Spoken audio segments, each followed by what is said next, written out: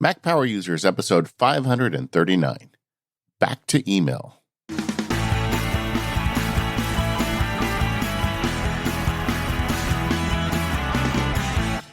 Hello, everyone. This is David Sparks, and I'm joined by my fellow Mac Power User and co-host, Mr. Stephen Hackett. Hello, Stephen. Hey, David. How are you? Good. I think there is a rite of passage as a host of the Mac Power Users, and that is you have to do an email show with me before it's official. I don't know how we let this slip through the cracks. I made it a year and a half before the email beast within you was unleashed. That's how I think about it. Email is always an issue. I did a post on the forum asking for people to talk about their problems and solutions in email and in prep for the show. We're going to talk about that towards the end of the show.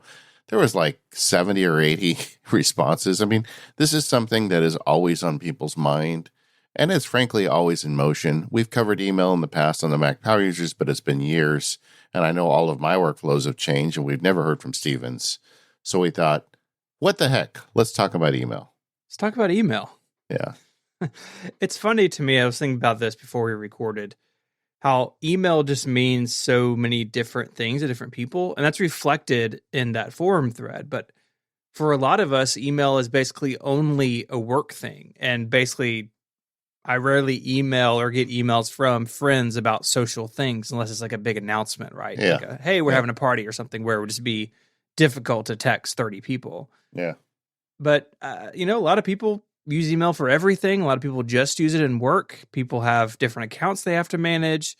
It's always different for everybody. I think today we're going to try to hit as many sort of use cases and solutions we can, because honestly, a lot of this comes down to how you need to work, and sometimes that's enforced upon you by an employer or somebody like that. Yeah, I do feel like for a lot of people, it is a source of dread. You know, I have a friend that works for a large firm, and the partners send him emails, and they expect him to respond immediately. And it's like the guy. Did you ever see Lost?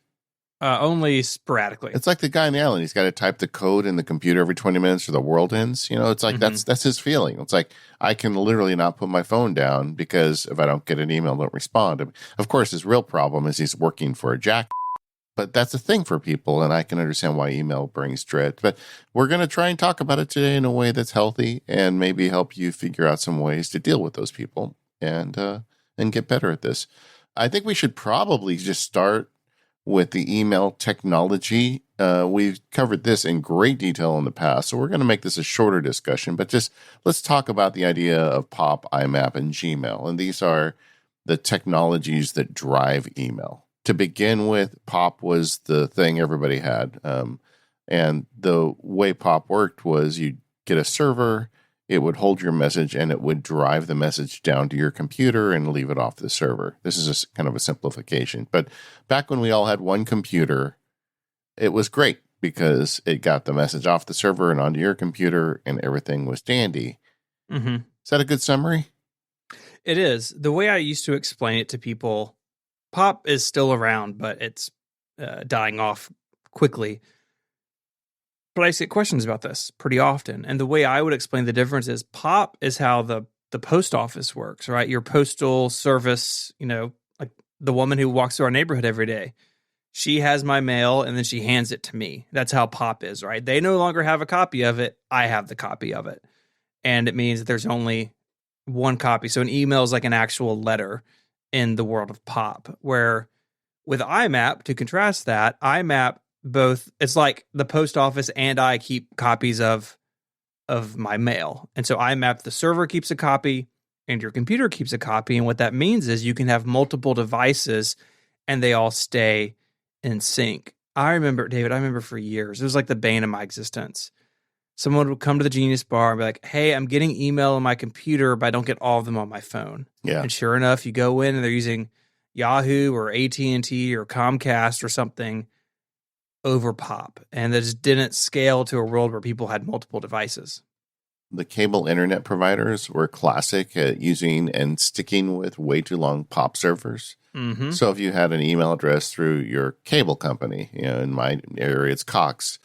It was a POP mail account. And the same thing, friends and family all complained to me when the iPhone started to get traction that's when you really saw it, because that was, for a lot of people, that was the second device. You know, not many people were crazy enough to have a laptop and a desktop computer, but a lot of people started to get an iPhone to go along with their computer, and you had to get them onto an IMAP server. And so IMAP, that not only does that cloud copy allow you to keep it on every platform, it also follows the truth is in the cloud metaphor. So you could put a folder in, say, Mac Power user feedback, and it would populate that folder up to the cloud copy, and the folder would show up on all your devices. So if you moved an email from on one device, it would show on all of the devices.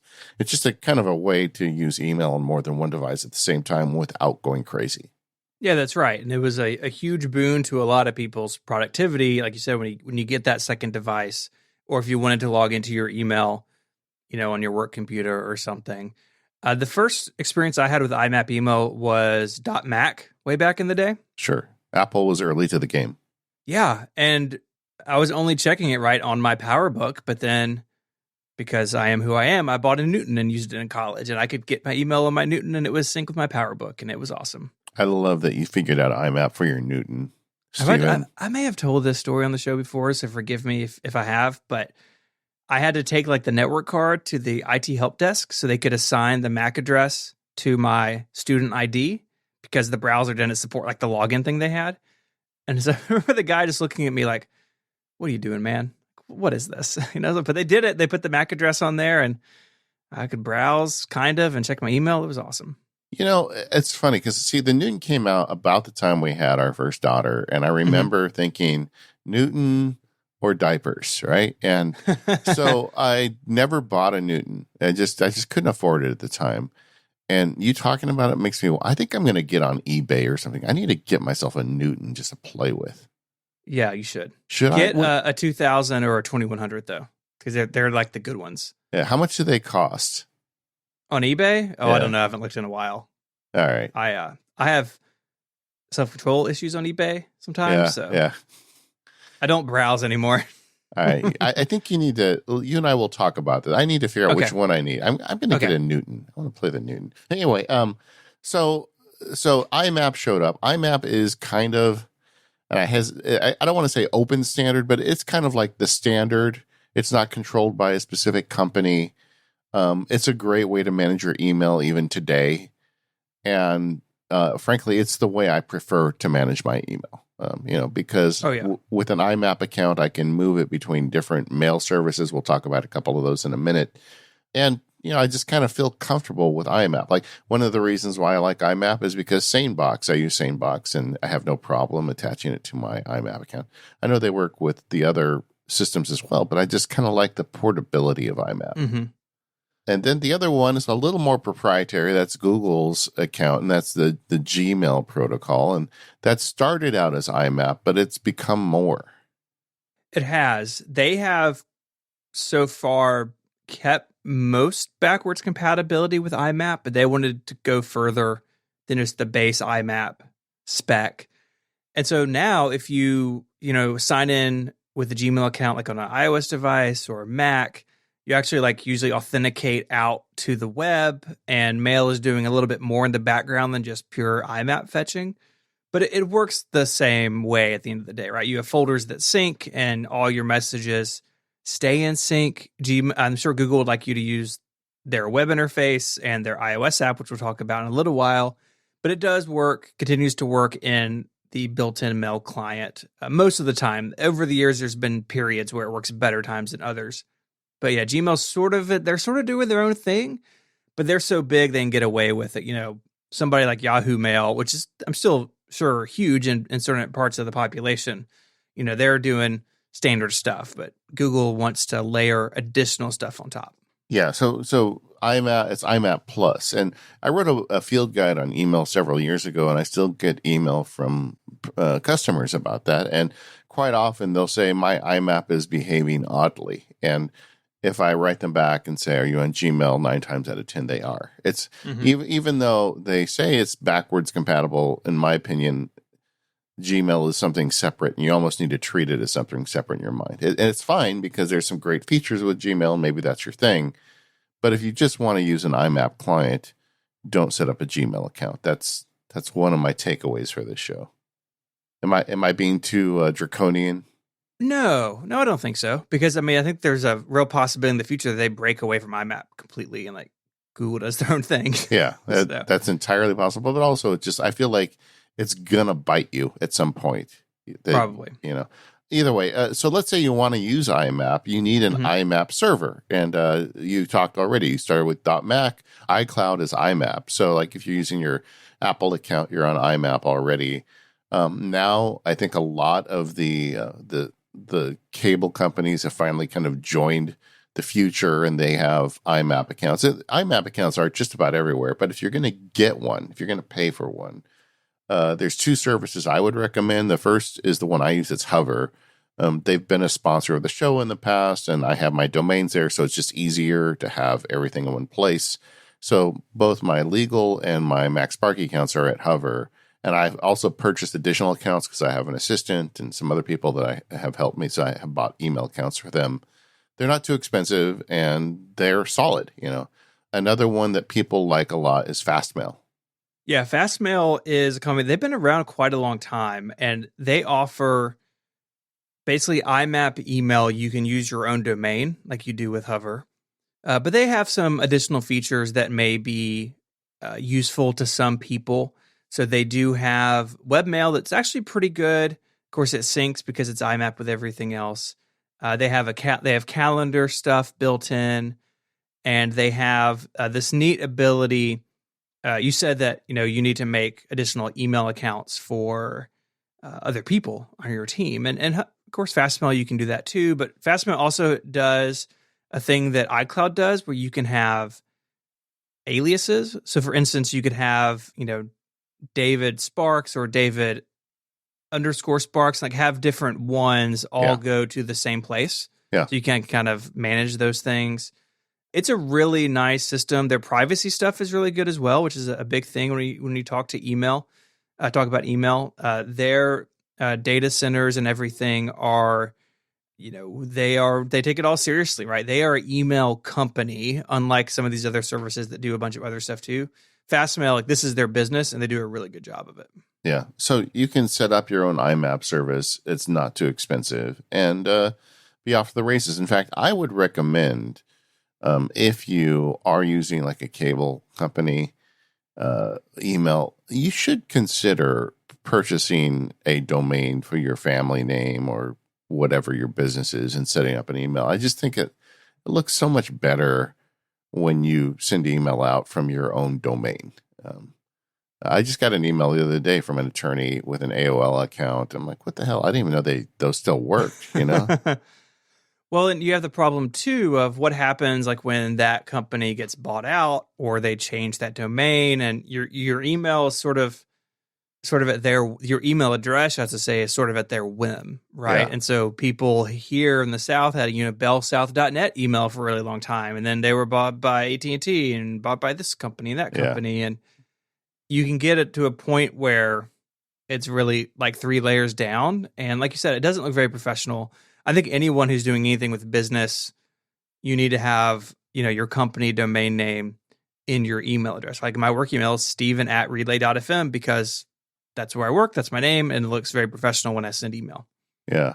But even personally, I think it looks good to get one in your family name. Mm-hmm. We mentioned iCloud. Since we're a show that focuses on Apple, I think we need to give iCloud a little bit of time as an IMAP performer. So let's grade IMAP a little bit. How do you see it in terms of stability?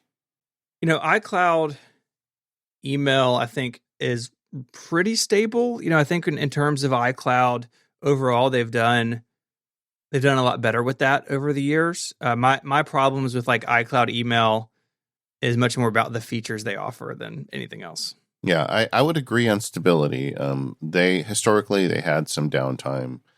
That I haven't seen that for a long time now, and having IMAP emails with both Apple and Hover, I don't see any difference between them. They seem to go just as fast, and they give me the email. There is one issue with iCloud that came up in the forums, and this is true. I've witnessed this as well. and folks are calling it silent filtering, where Apple has tried to add spam filtering. And instead of putting the spam that it discovers in your spam box, it just leaves it on the server and never sends it to you.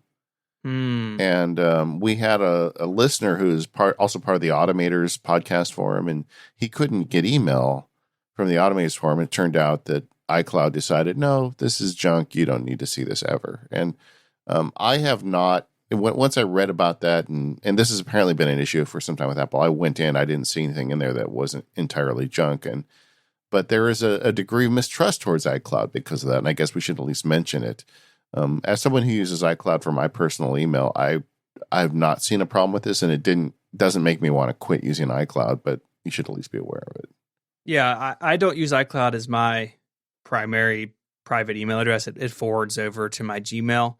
But I've seen this as well. I've had, people ask me for help, like, hey, I think it went to spam, but it's not in my junk folder. It's like, well, you got to go look online, and they should just sync that to the spam folder over IMAP. That's how Gmail does it. That's how everyone else does it, because no system is perfect, right? Even Gmail, which has incredible spam filtering, sometimes things get in there that I actually need, right? And having to log in to look, iCloud, the website is beautiful, but it's not very fast compared to Gmail or these other things. Yeah. You should just sync the spam to the spam folder, and it's fine. I don't care about the space on my devices, right? It's not like it's a lot of space taken up. I don't care about the bandwidth. I would like to have those there in case I need them. It's really an odd problem from Apple, because I feel like, historically they've had trouble with cloud services. And why on earth would they think that they're the ones of all the companies that could make the decision for you, that they're the one? And also it kind of ties in with the other complaint about iCloud is, the online rules are not very good. Mm-hmm. That's the reason I don't use it for my private email, because I do have some rules set up of things to go to folders, or, things to stay, pick up a flag, like all these different things. And I just don't want to use email without those rules.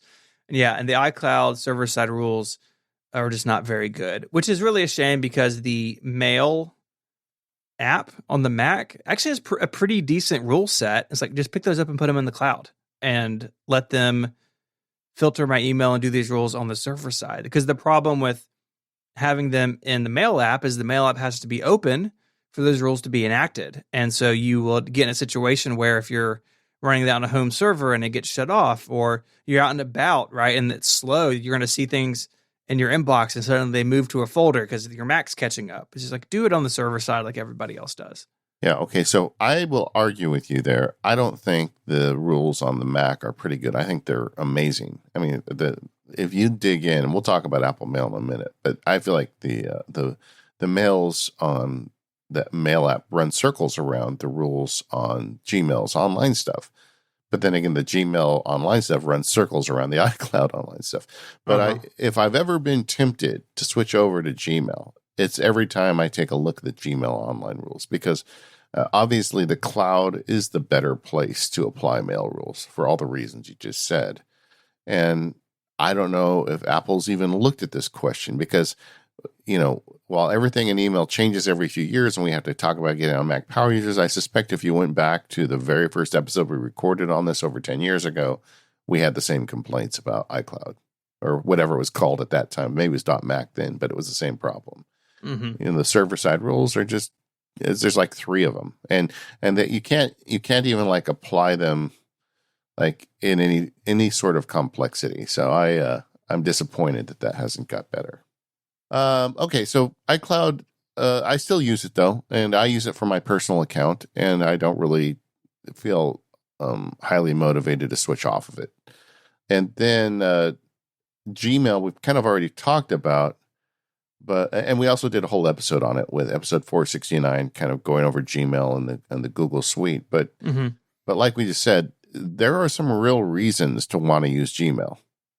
Yeah, the rules are a big one. I think a lot of people who want to use, or honestly have to use, webmail, say they're at work and they can't hook their email up to Outlook or whatever it is on their PC. Like, Gmail in the browser is, as far as webmail goes, the best in the world. It's actually really nice. And I think a lot of people Honestly, Dave, I think a lot of people just use it that way. They just go to the Gmail website and check their mail, and they don't, maybe they have it on their phone, but they don't have a mail client set up on their laptop or whatever.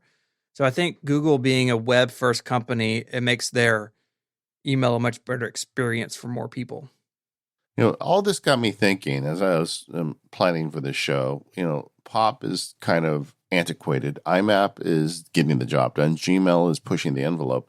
But we haven't really seen any new emerging underlying email technology in a lot of years now.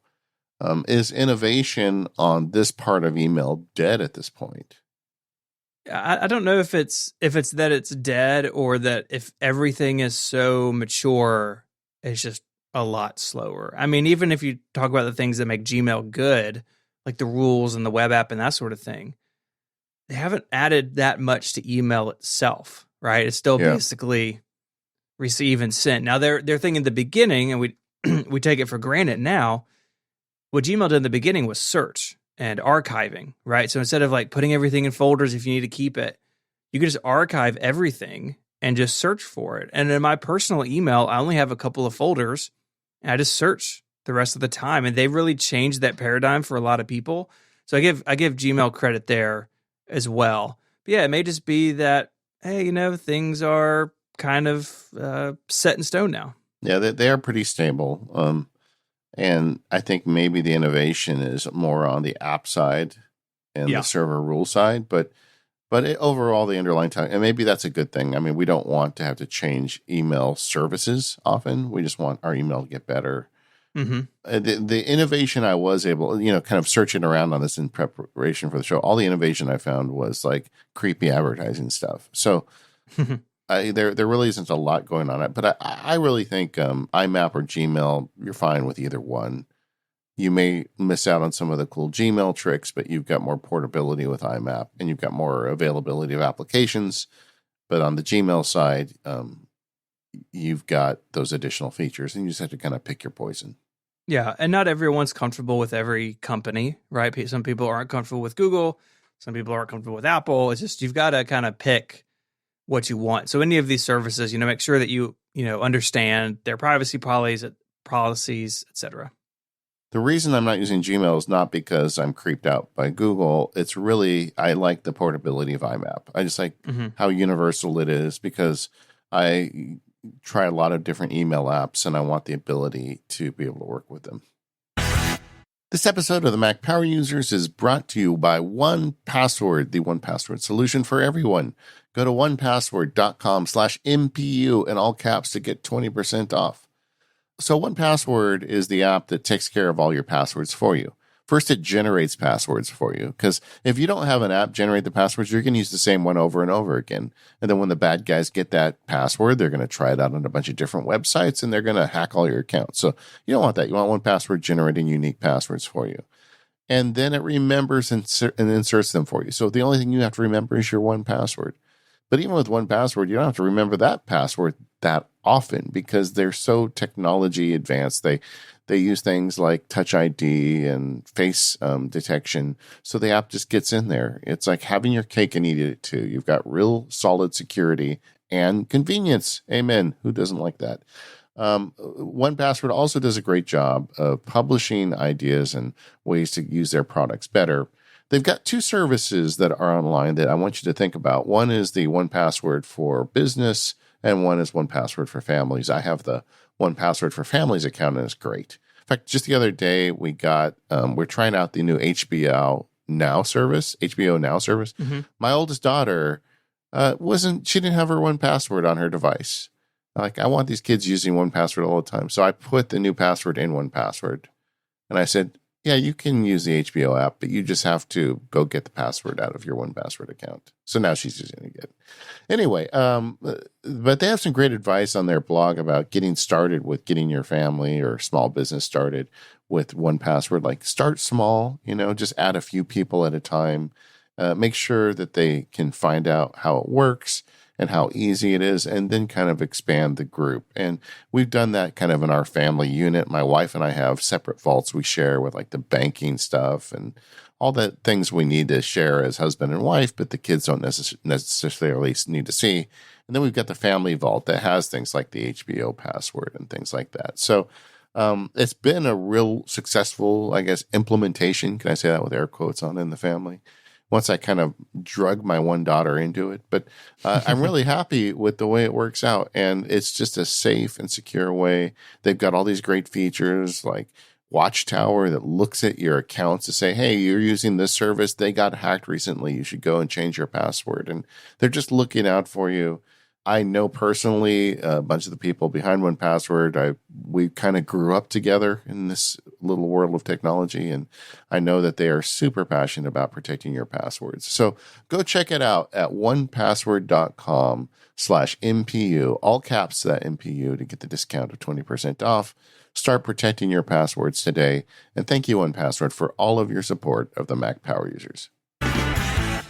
So we've talked about some email services and the things that power the service side of it, but how most of us interact with our email is just applications, right? Whether it be on the Mac, iPhone, or iPad, even the Apple Watch has mail clients now. Yeah. So I think that's where we should spend some time next, talking about sort of the interface that we use and that is available to people. And I think the first one we got to deal with is Apple Mail. Yeah. Well, I think since the last time we covered this on Mac Power users, one thing I would say is that there's been compression in the market of mail apps. It was wild for a few years there when the App Store first premiered. There were a bunch of people trying out interesting and crazy ideas for mail apps, and nearly all of them are gone now. And I guess one of the lessons from this is it's hard to make a mail app, and it's hard to make one that you can sell commercially and keep in the business. So we're going to focus on kind of what we consider to be the four big ones here: Apple Mail, Gmail, Airmail, and Spark Mail. But, it is of note that there are fewer options available than there were. And then kind of getting down to Apple Mail. So, and I've talked about this on the show, every year or two, like I use Apple Mail begrudgingly. It's not like, there are apps in my life, and listeners probably know what they are, that I get happy, genuinely happy opening up and using them. They're made by people who are super passionate about what they're making. The app helps me get my work done, makes me more productive, and just kind of a delightful experience. That's a big deal to me. Apple Mail does not give me those warm and fuzzy feelings. So Apple Mail's been around a really long time. In fact, working on another project, I came across this announcement from Apple in the late 90s, like OS X is going to include its own email client because the classic Mac OS didn't. Yeah. And if you look back, those early versions of OS X and Mail today, yes, it looks different. I mean, the UI has been modernized, but it's pretty much the same app. There has been Same a lot features. of a lot of features in there. We've spoken about before how there were some security issues and that they had to patch up, and like they've been working on it, I'm sure, but it's the default, right? And a lot of Apple's default apps are meant for the masses, and if you need more as a power user, you can go third party, right? Like Reminders and OmniFocus or Things or Todoist or whatever. But I think Mail's a little bit different because I think most people who use email on the Mac like maybe don't even think about there being third party email clients. I don't know, but it's fine. Like it gets the job done, but it is very, as far as modern features, very simple. Yeah. So I found myself in San Jose a few years ago, sitting with somebody from the Apple Mail team. And it was great because, I got to kind of like talk to them about their app. And some things I learned from that conversation, and actually, frankly, from my experiences with third-party apps, is that Mail is really hard. Even though I say IMAP is the standard, it's really not a standard. A bunch of people implement it differently. And mail apps don't always have the ability to open a mail and properly display the mail as it was intended to be sent. And this is something that Apple has spent many, many, many hours on. And it shows because Mail opens in the Apple Mail app and it shows how it's supposed to show. Where in some of these third-party apps, in my, ventures into third-party apps, that's not necessarily the case. Another big thing about Mail is, when email first started, nobody thought about security. When Apple Mail first started, nobody really thought about security. And something they've spent an enormous amount of time on over the last several years is implementing way more secure protocols that allow you to still use plugins. We'll talk about some plugins later, but also make it safe, which was actually a very difficult task. And they've been doing a lot of work to keep it, stable and working. And that's the thing it has going for it the most, in my opinion. I use it begrudgingly, but every time I try other apps, they make me want to throw my phone through the window. Because that's fair. It's like, and we're going to talk about AirMail later, but I had this thing where AirMail told me it sent a mail and it didn't send the mail. It's like email, you got one job, right? Yeah. So Apple Mail never did that. So, it's the stability that keeps me coming back. I think another thing about Apple Mail that it doesn't get enough credit for is search. You're talking about search with Google. Search with Apple Mail's got really good, and they've got a tokenized search system now. And like you, I don't use Gmail, but I have all of my mail saved to a single archive folder for each account, and I'm able to find anything I want with the tokens. So you can type like a name of a person, but then just get emails you sent to that person, and then type in a word that might be contained in the email, and you can search a multiple 100,000 email library and get down to what you want very quickly. That's gotten way better over the years. Search wasn't always good in Apple Mail, but that's where they've really made improvements over the last few years. The other thing Apple Mail gives me that really no other email does is automation and expandability. So automation, meaning especially on the Mac, I can AppleScript address the mail application, my individual messages. One of my most popular posts at MacSparky, I'll put a link in the show notes, is the AppleScript I have that I go to write an email. Like if I have an email to Stephen Hackett, and I just put Stephen in as the recipient of the email, and I get to the body and I type X hi, XHI. It says, "Hi, Stephen, comma, new paragraph." Whatever the name of the person I'm sending to, it just drops it in. I don't know how many times a day I use that, but it's a lot. I mean, somebody in the forums wrote in that they use Apple Mail because of that AppleScript, and wow, that's cool. You can't do that with other with other applications. I just haven't seen any others adopt automation that way. And I believe that's kind of the result of Sal Soghoian, running around Apple with the automation bandwagon for so long. But it gives you some features. You can add features you want. And the plugin stuff too. Like they could have decided security is too important, no more plugins. But they didn't. They just created a new plugin architecture. It's a pain in the neck when you set up a new plugin, but it's secure. And things like mail tags and all the other plugins that we want to use with Apple Mail are generally still there. I'm not a big mail plugin user. In fact, I don't have any installed. I've tried some over the years, but nothing's really stuck with me. Yeah, well, I when we get to workflows, I'm going to talk about it. I have an on-again, off-again relationship with mail tags and mail act-on, but because of some other stuff I'm doing with my workflow right now, it's kind of an important piece, which makes me nervous, honestly, because every time they do a system update, it takes them a while to catch up. But anyway, yeah, I use some plugins.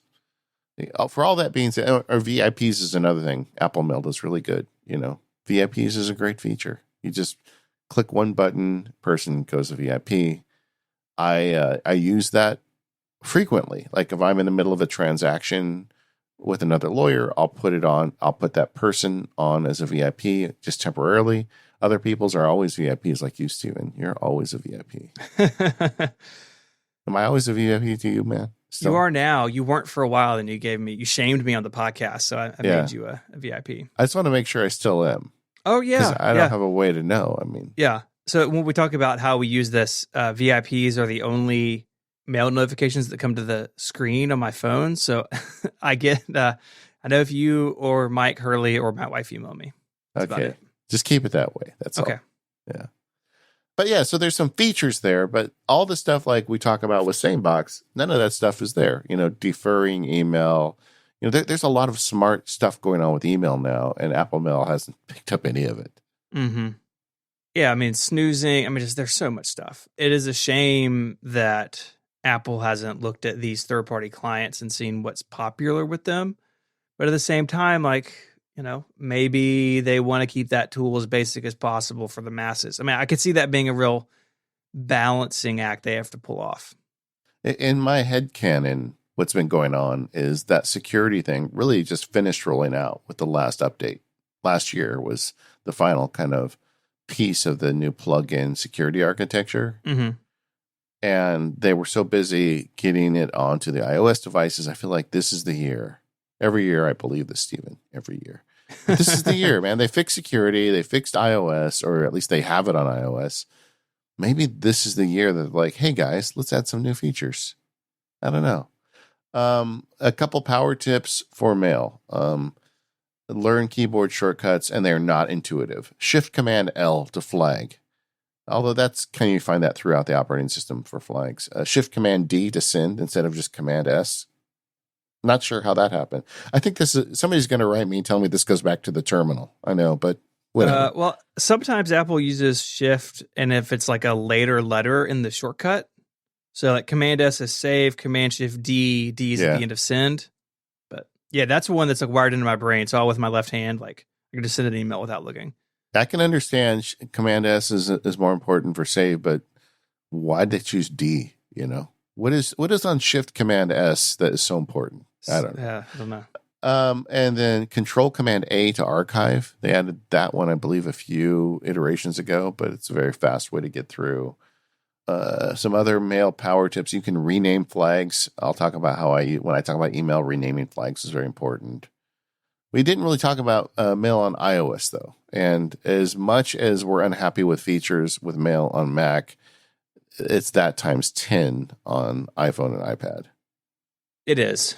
And I wonder why. Like, I wonder why people or why developers or why users like treat them so differently. Do you have any thoughts on that? I have no idea. It's just like I say, every year they're going to add new features.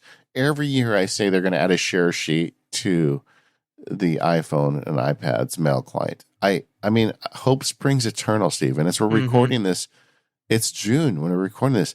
Maybe in 2 weeks, the long nightmare will be over and we'll be able to share an email. But I'm starting to lose faith. I don't know. Too. So, you know, the one of the big issues is if you get an email that is like a receipt for something, you want to save a copy in case our friends at the IRS want to see it someday.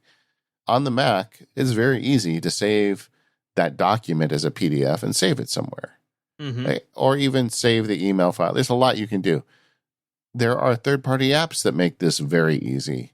Apple Mail, their solution is you hit the menu button, you hit the print button, you do a reverse pinch, and then you hit the sharing button. That's the steps, man. Yeah, it's ridiculous. And again, all these third-party apps have it. Clearly, people want it. They just don't do it. Yeah, and I've heard explanations saying, well, we don't know what format you want to share it in. It's an email, so what do you mean when you say share? We're not sure. Well, you know what format. I want to save it as a PDF because you already built that. Yeah. You already built it, guys. All you got to do is put a button.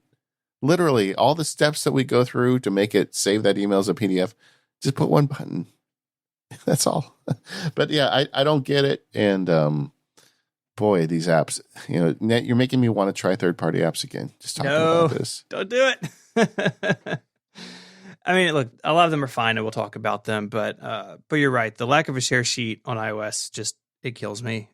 It's baffling. I don't get it. It is, and they've had some issues in iOS 13. I certainly have seen it where there'll be a badge for an email, and the email is nowhere to be found until you like force quit the app. Like sometimes the refreshing is weird if you go into a folder. On iOS 13, Mail is still a little bit rough, I think. Yeah, agreed. This episode of Mac Power Users is brought to you by DevonThink, the flagship product from Devon Technologies. DevonThink is a professional document and information management application for the Mac. It helps you collect and file and organize and edit and annotate all kinds of documents so you can reach digital organizational heaven. You can archive all your email with the enhanced email archiver, scan your paper documents with the revised scanner interface. You can even imprint PDFs with custom stamps before giving them to others. One of my favorite features is the OCR that it runs when you pull in PDFs. That is absolutely crucial to the way that I work in DevonThink. And you can organize your documents in any way you want. You can have smart groups which work like smart folders or smart mailboxes. Give it a bunch of credentials and it figures out where stuff should go.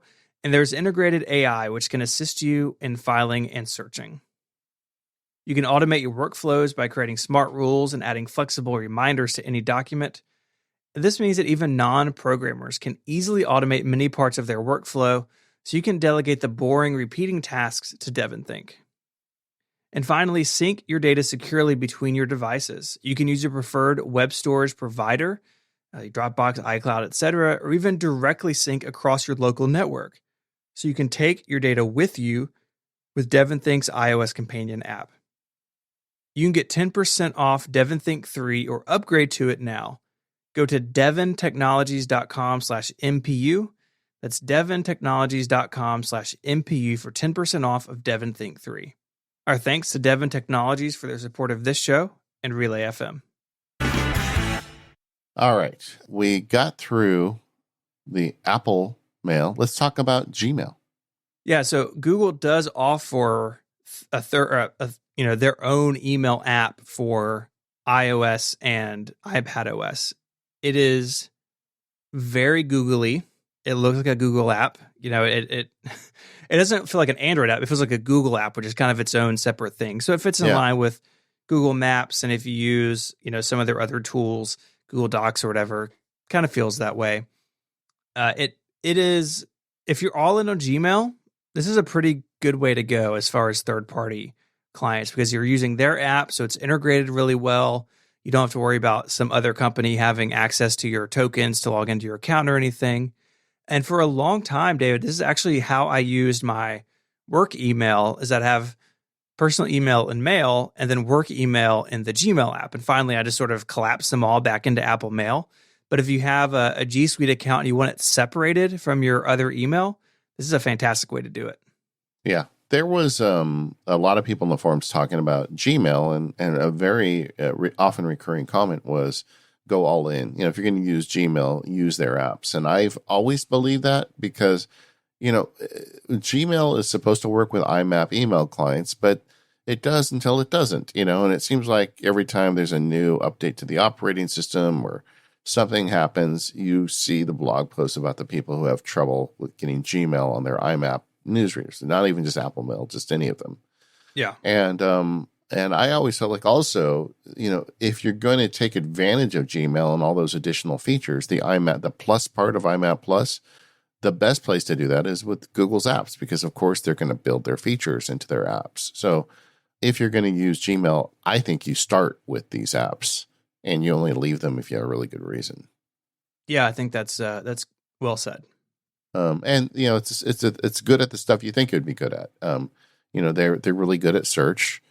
One thing Google doesn't get enough credit for is I think their keyboard shortcuts are easier and faster to implement than Apple Mail's. Mm-hmm.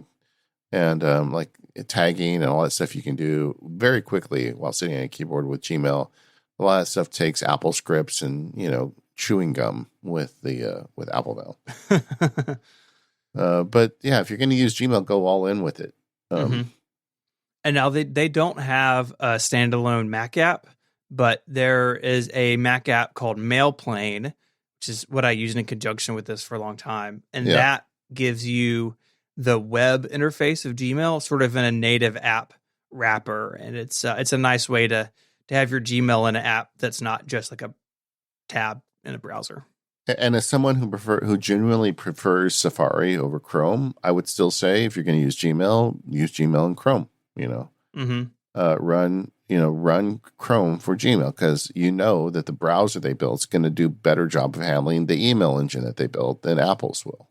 Sure, but it's fine. Gmail is good, but if you're going to use it, and that's the part about it that really always keeps me from really kind of going all in with Gmail is I know my personality and how I do like to try different apps, and being stuck with one is going to make me nuts, even though I've kind of been using Apple Mail the whole time. We do have, we want to talk about AirMail and Spark Mail, but since neither one of us are using them on a daily basis, we brought in some special guests. Yeah, that's right. So I spoke to Rosemary Orchard about AirMail, and that was a fantastic conversation. Let's hear it. So, Rose, you're a big user of Airmail. That's an app I haven't checked out in quite a while, but I know one of its sort of primary selling points is the actions that you can use in the app to kind of get mail data from email into other apps. What are some of those things that really make it for you? Well, the first thing that makes it really good for me, of course, is the OmniFocus action, because there are so many things that come at me via email where I'm there going, okay, this needs to go into OmniFocus. And for me, the selling point of the OmniFocus action is it literally just sends it to OmniFocus, and then inside of OmniFocus, I add all the tags and everything to it. Whereas some other applications, they try and do clever things in the background, and they just sort of go, it's in your inbox, and you're there going, but I didn't want it with that title in my inbox, and that's not what I wanted. So that's the first action that I use a lot of the time. But there are a whole host of actions, and the ability to customize the order and create custom actions is where I really go nuts for it. And these actions that are in here, are they like shortcuts where an app is donating them, or is it something that Airmail itself is building for its users? So the custom actions and, in fact, all of the apps and services that are inside of Airmail are more like workflow used to be than shortcuts is now. So this is what the Airmail team set up to provide you with. So, for example, there's the options to connect to like GitHub and so on, but that's all maintained by the Airtable team. Okay, so they have this list of things that they want to do, and they kind of monitor and update things. How active does that development seem on the action side? I would imagine that if there's a change to OmniFocus or there's some new app that comes out that people want to integrate with, are they pretty responsive to those changes? They are pretty responsive to those changes, but in my experience as well, the way that they set it up is they try to make it a very generic setup. So say, for example, adding something to OmniFocus. I'm going to use this example because this is the one that I use all the time. It's just like doing the share sheet and then send to OmniFocus from something else, where it literally opens this item inside of OmniFocus. So they try to just sort of open whatever this is in the end app, which then means that you then have all the options inside of that end app. So once they've added that integration, theoretically, the app developers can update things to handle stuff, because they try and share email in, the most generic form possible, which in the case of OmniFocus here is like a text version of the email with a link back to that email inside of Airmail. Okay. And I know, like in Apple's mail apps, which is the ecosystem I live in, those links are universal in the sense that if I create a mail link on my Mac, and then it also works on the iPhone, iPad. Is that true for Airmail as well? Do those links work across all the platforms? Yes, they do. Okay. I want to talk too a little bit about how Airmail itself works. I think it's a lot like the other third-party mail apps where you are granting Airmail permission, some sorts of permissions to your email accounts. How does that flow go, and are you comfortable with those trade-offs? Well, there are two options that you can do with Airmail. Either you can do like a purely on-device setup where it will go and check your email accounts, or you can do the option via their server where their server will go check your email accounts to see whether or not there's new stuff, and then pull that information to send you push notifications. Because as you probably know, if you try to use Google Apps with Mail, then it doesn't actually have push. It's only got fetch, where it goes and checks like every 15 minutes or however often to see whether or not you've got that. So you actually have the two options. And if you're concerned about privacy, they suggest the privacy one, which is where it's purely on your device, where your device is doing the going and the fetching instead of their servers doing the going and the fetching and then the pushing, which allows both of those. I tend to use it in the privacy mode purely because I have my work email in there as well, and I'm pretty certain work would really not be happy with somebody's servers going and checking my email. I didn't have to ask anybody about that. I just used my common sense there. But I have set it up because they're not farming your data or anything. It's all in the privacy policy. They're just doing it essentially to send you notifications. And so I read through it and I thought, well, I'll set it up for test purposes on one account. And then I realized I don't really like email notifications. So I decided to opt for the privacy option there, because if I get an email 5 minutes later, then so far the world hasn't ended. So I'm pretty happy with that. Yeah, I mean, I live with those limitations every day in mail, and very rarely has the 15 minutes cost me anything real. Exactly. Yeah. I know you are a big iPad user, but Airmail is also a Mac app. That's how I primarily used it when I checked it out several years ago. And at the time, those early days, Airmail had a real reputation for being pretty buggy. I get the sense that has improved over the years. Is that a fair assessment? Yeah.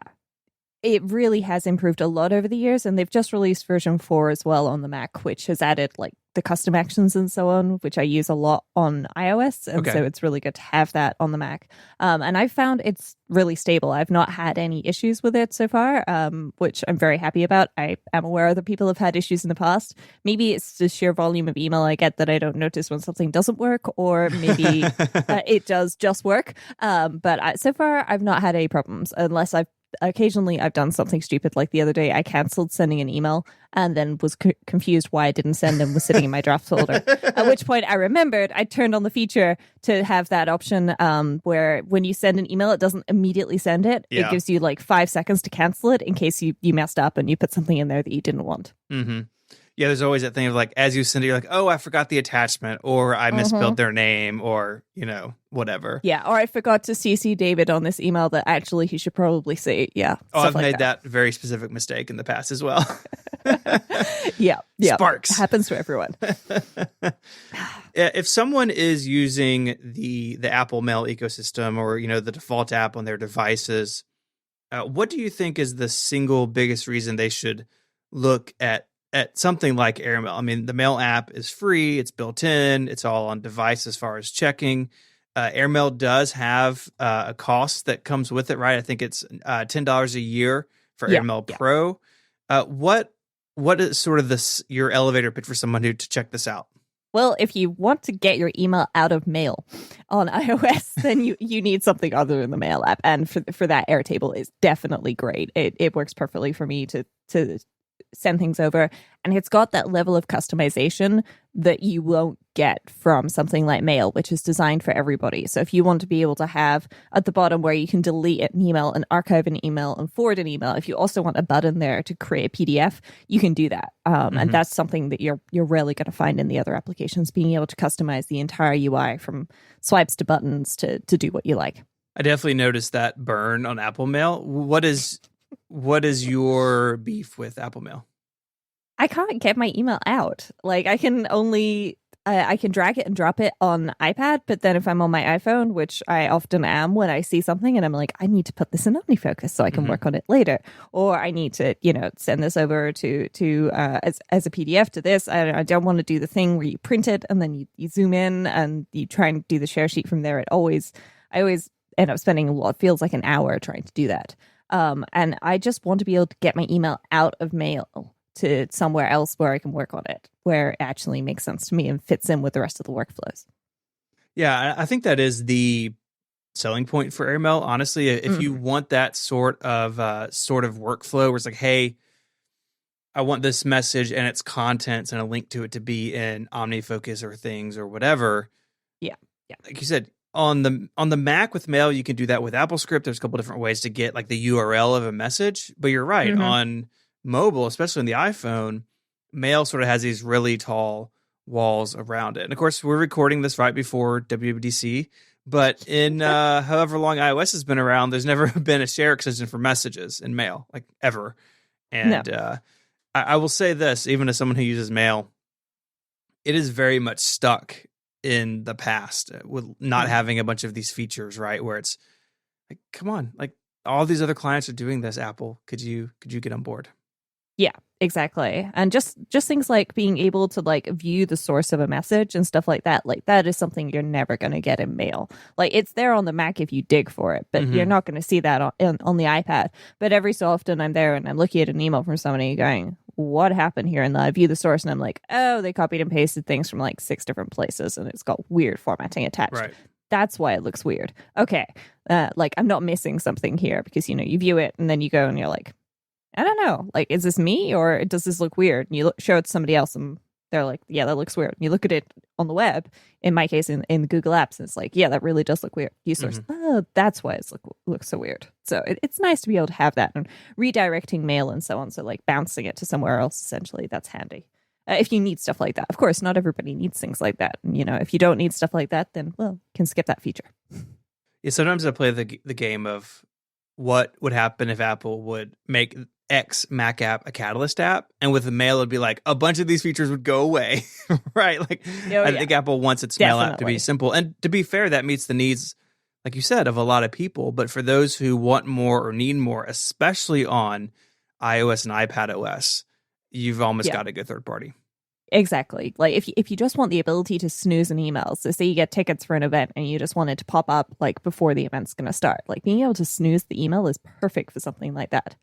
But, you can't do that in the Mail app, but you can do it in Airmail. So that's why it works for me. Or you can do it through a service like SaneBox, which is great, and disclose you're a sponsor, but that is sort of an add-on to Mail at the server level, right? Mail itself just doesn't have these native features. Exactly, yeah. Cool. Well, Rose, thank you for joining us. It's been a lot of fun, and I wish you luck with all your emailing. Well, thank you. I'm aiming for inbox 0, so let's see what happens by the end of the episode. Godspeed. All right. So the one thing that Rose said that made me feel a little better about Airmail was the stability has improved. Yeah. So Airmail solves a bunch of problems that I have with the mobile version of Apple Mail in the sense that it has features, keyboard shortcuts, the ability to save as PDF, like all the stuff I was whining about earlier. I don't like the fact that their URL links are unique to Airmail, like when you create a link to a mail, because I like kind of the common ones that Apple Mail uses. And there's only been one third-party app over the years. Dispatch used to allow you to make them that would work with Apple Mail, but Airmail, so when you go with Airmail, you kind of got to use it across both platforms. But the stability was a big issue, as I've referred to earlier in the show. When I used it, I liked the features. I did not like the lack of stability. And I learned that in my case, I would rather have stability than features when it comes to my email client. I'm not willing to put up with much. So much so I remember vividly, I was in Seattle with Rose at a conference. And I was in the hotel lobby trying to deal with email on my iPad, and Airmail kept giving me problems. And she came down to the lobby and says, "Oh, hey, Airmail just came out with another email application." It was like a Gmail thing that they made. Mm-hmm. And I literally rage quit the app at that moment. I right in front of her, I deleted the app. I'm like, "You're kidding. They're making another mail app and this one doesn't have the bugs fixed." Yeah. I just deleted it and I haven't come back to it since then. Now Rose is telling me that it's safe again. So I'm thinking, do I want to go back and try it, Steven? Yeah, I was glad to hear that too. I haven't used Airmail in a really long time, and when I gave up on it, it was because of the bugs. Yeah, but she says they're fixed. It's happening. The siren song is playing again. Do I try it? I don't know. When I talk about my workflows, you'll see why I don't need it at this point, but I'm sorely tempted.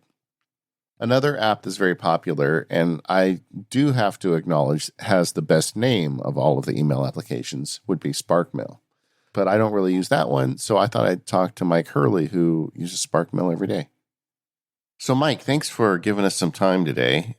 We've been talking about Apple Mail, but we also want to talk about Spark. But we wanted to talk to somebody that uses it every day, and I know that you happen to be one of those people. Yeah, and I'm in the smaller group, I think, who uses and pays for Spark's team sharing features, which is honestly the main reason I use the app at this point, but I think that's probably useful. Like, I think a lot of people use Spark, but don't use the team sharing because they don't need it, but I cover all the bases with this app. Yeah, and I want to talk about this in two phases, because Spark does have a very unique sharing feature if you have collaborative team members, but it's also just an email app, and a lot of people just use it as an email app. So let's talk about that first category. How's it doing? So, Dave, I say this, I spend a lot of my life talking about email apps, and I have a mantra, which is that no email app is actually good. Every email app is some varying level of annoying in its own way, and Spark has gotten better. It used to be a lot more heavy-handed with things than it is now. I try and use it in the most basic sense possible. After using some applications that had some very heavy features, but would do a lot of really weird stuff with IMAP folders. I think everyone's got those mailbox folders, right, from the mailbox app somewhere, like in their Gmail, like I do. Yeah. Right? I decided I didn't want to do any of that stuff anymore. So, like, I don't snooze email. I don't use smart inboxes. I turn those features off or ignore them. I use, Spark with just their regular inbox, and everything comes in and I deal with it or I file it away. So I try and use it for pretty basic purposes like that. The design of Spark, it's a mixed bag, but honestly is so much better now than it used to be. Like the application used to have like clouds in the design and stuff like that. They've gotten rid of all of that. And now that their design I really enjoy because they have like a true dark mode, right? Like a fully black mode, which I like, not just the gray. And they have just a list of emails. One thing I don't like is in the email list view on iOS, they split it. They like group everything up into days, like email received today, email received yesterday. Like I just don't need that. Yeah. And for me, it shows me less emails in my inbox. But to be honest, it's a lot better than it used to be, and they have some really good features now. Like you can customize a lot of their toolbars and stuff. So when you're in an email, I now have a button that turns the email that I'm looking at into a PDF, which is really good for me because then I can like upload as a receipt for my account and stuff like that. So it's got some power user features, but there are also massive parts of the app that I do not use. Like Spark integrates a calendar into the application. I never want to see it. I don't use it. Like I have a great calendar app that I use, right? Like I am a Fantastical user and I love it. I don't need a calendar in my email in the same way that I don't need email in my calendar. Like I don't need those two things to go together. Sometimes it can get in the way of like, if you get email invites to events, Spark really wants you to use it for managing that stuff. But overall, I am a happier user of Spark than I have been ever, but that might be purely because of my warm feelings towards the service features that it has. Yeah, and it's always, in my opinion, been one of the prettiest mail apps. I mean, they've got real attention to design, and it's an attractive app, and that kind of means something to me, at least. Yeah, I feel like it can be for good and for ill, though. Like, as I said, like some of the appearance stuff that they've done in the past I haven't liked, but it looked good, but that didn't make it a better application in any way, right? Yeah. No. But I think they've really kind of tamed some of that back to just basic. This is nice looking UI. Now, what about stability? I mean, it's so important to everybody to have an email app that doesn't crash, that when you hit the send button, it actually sends email. Have you had any complaints or issues along those lines? No, none. One of the main reasons I started using Spark, I don't know, maybe a year or two ago, was because I was on Airmail before, and Airmail had a period of time where it was really unreliable. Yeah. Like email not getting sent. And I had that happen to me, and then immediately, like, I'm done. Right? Like, my email is very, very important to the way that I run my business. I cannot deal with any unreliability of any kind in an email app, right? Like, email not getting sent, email not showing up in inboxes. Like, that stuff is, I will stop using the application like immediately if I start to feel that there is unreliability, because then you're in a world of hurt, right, at that point. And I have no stability issues at all with Spark. It's pretty rock solid with stuff like that. It will have the occasional email formatting thing. A lot of applications have struggled in some places with the switch to dark modes. And every now and then, like, an email might not show up completely right. Like, like it's like this should be dark, but for some reason it's like a light gray. It's like weird, but that stuff is not a deal breaker by any stretch of the imagination. Oh, one thing I didn't mention, Dave, is just how good their search is. Spark's email searching is the best. Like, it's very, very fast, very reliable. You can set saved rules. Like, I have found that to be like a really excellent feature of the application as well. And now you're using the app on Mac, iPhone, and iPad, all across all platforms? Yeah, that's also a big thing for me. Like, I want to have a consistent user experience across all platforms. And again, especially because Spark does have some unique features, like their team sharing stuff, which is kind of a layer on top of the email. I wouldn't want to use like Apple Mail on my Mac, because then I would have an inconsistent experience from place to place. So I do use it on the Mac. And the Spark is also available on Android. So I have an Android phone that I use very frequently, and I can get all of my email there as well and do all that stuff. So of all of the apps that I've tried in the last little while, it is the most cross-platform. All right. So tell me about this collaboration. Yep. What is it and how does it work? So basically that you can have team accounts. They can be free, and there's also a paid version as well, and they offer different features. I use the paid version because it is I actually don't need a lot of the paid features, but I use and rely on this service so much that I decide to pay for it, basically, right? Like I want it to exist, so I put my money where my mouth is. For me, all of the email that I'm sharing is with Relay FM's advertising sales manager, Kerry. We share email together for either she will want to check something with me, or I'll get an email come in and we'll want her to deal with it.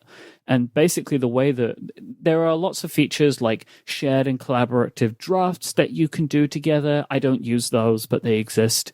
You can delegate email, which again, they added that in and I'd kind of worked out my flow, so I don't really use that. All that me and Kerry do is use the sharing feature. So this can operate itself in a couple of ways. If an email is sent to the both of us, when we open it, we can see that that's the case, right? Rather than just through the CC, we get little icons in the top right-hand corner. And what that means is we know that Spark knows that we've both received this email, and we can now have a conversation below the email message, like a iMessage conversation, Sure. basically, and that's how it appears. And then if I was to reply to that email, it would then show up in line with that conversation, and then we could continue another conversation underneath.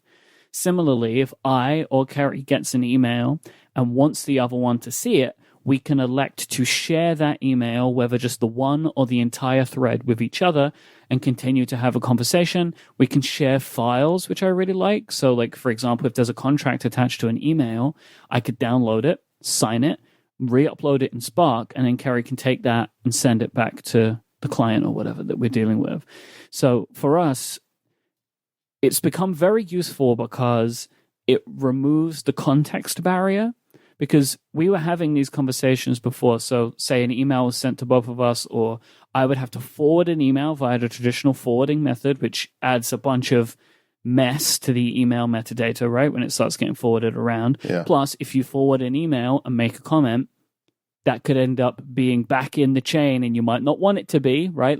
So that's something that can always be a problem. I've gotten myself in trouble in the past with not paying attention to forwarded text properly. But we would have email in whatever email app that we were using.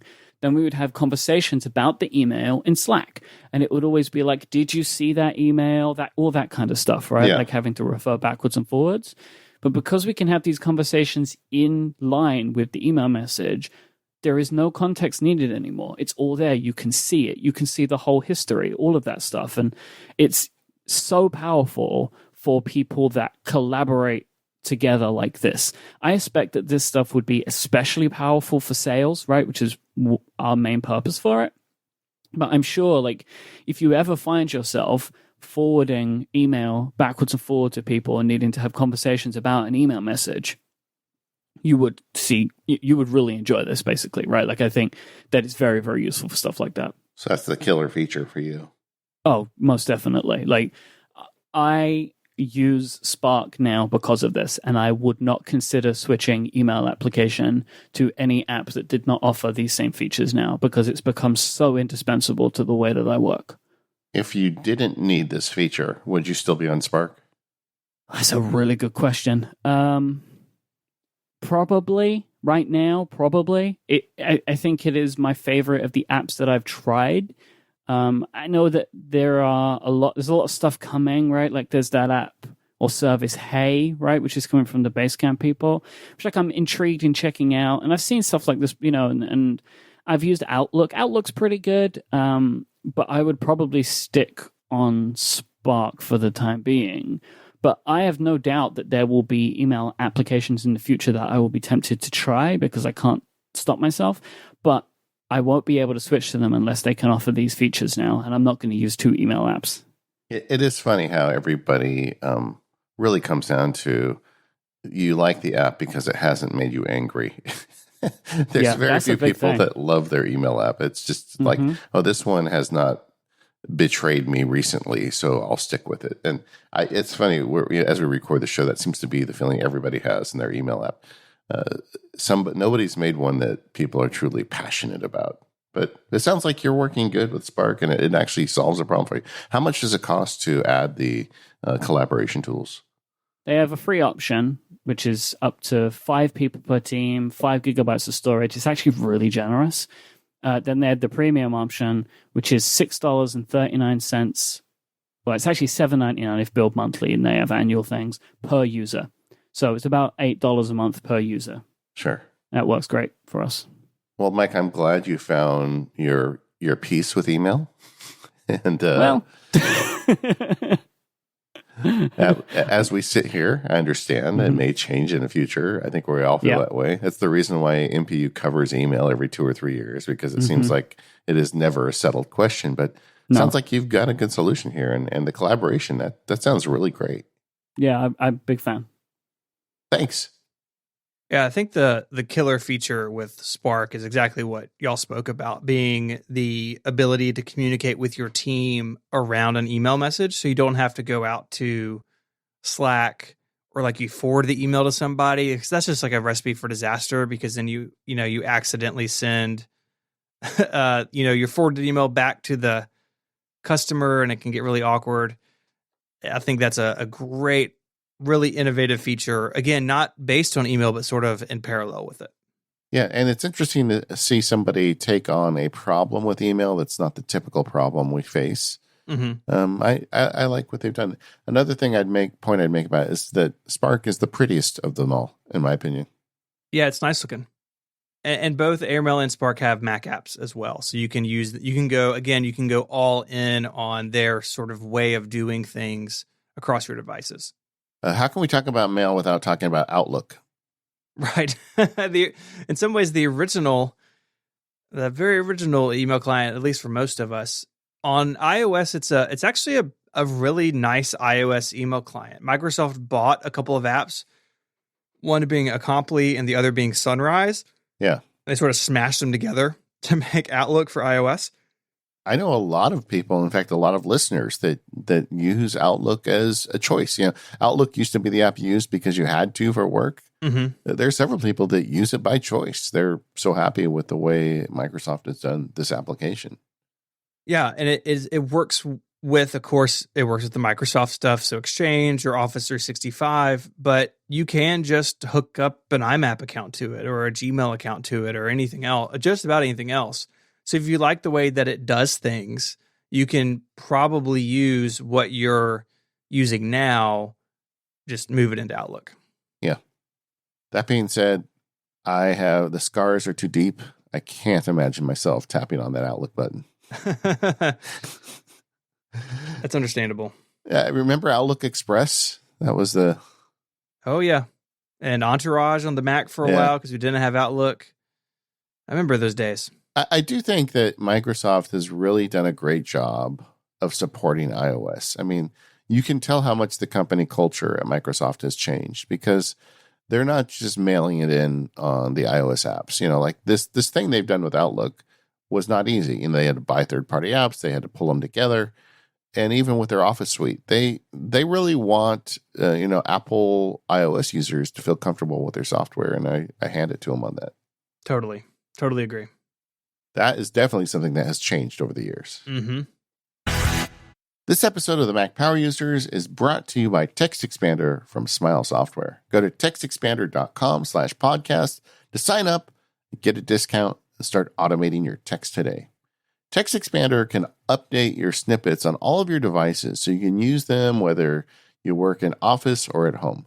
With TextExpander, you can make your snippets more powerful with fill-ins, pop-ups, and more. So your messages are customized instead of just that boilerplate text. And that customization is so useful. Like you can put in the month and the year if you want, and you can put in a fill-in snippet where you can type somebody's name in. I have a bunch of snippets that I start with TextExpander in the subject line where it will take the current month and year and it'll put that in the subject line with whatever text I want to say. And then it'll hit the tab key for me. So the cursor jumps down to the body of the text. Then it'll run that Apple script I talk about in today's show to say, dear, and insert the name of the person and then hit a comma and return and type my message for me. It's crazy how much email you can automate with Text Expander. But it's not just for email. Anything you write with repetitive text can be handled with Text Expander. You can search it and modify it in the app. And, it runs on many different platforms, Mac OS, Windows, Chrome, iPhone, iPad. They have webinars every month over at TextExpander.com.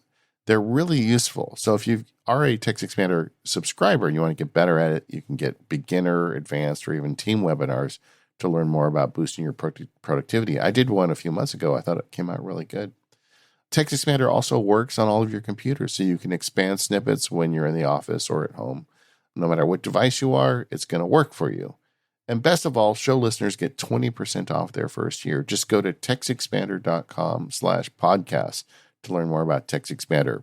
It's the gateway to automation. You want to get better at automating? Start with Text Expander. Go to textexpander.com/podcast to get that 20% off and start making your computer work harder for you today. Thanks, Text Expander, for supporting the Mac Power users. So up next is email automation. And this is where I just got to hand it off to you because honestly, I don't do a lot of this. I've got a couple of small things I do, but I generally just handle my email the old-fashioned way. Oh, brother, man, I use email automation so much. In fact, I just read a Text Expander ad where I shared one of my email automations. The idea that you can embed a tab key, and this is not an ad. This is just the fact that I like the fact that you can have a text snippet. You can embed a tab key. It unlocks the doors for me because I can have an email that I run an expansion snippet in the subject line and it runs the email for me.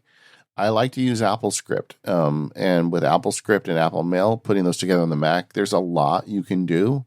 I also like those fill-in snippets because, I didn't talk about in the ad, but like my monthly billings go out, and there's a whole bunch of options I have in there. Like if I want them to, ask if they want me to send them one by mail or whatever, I can just click a box and it happens for me.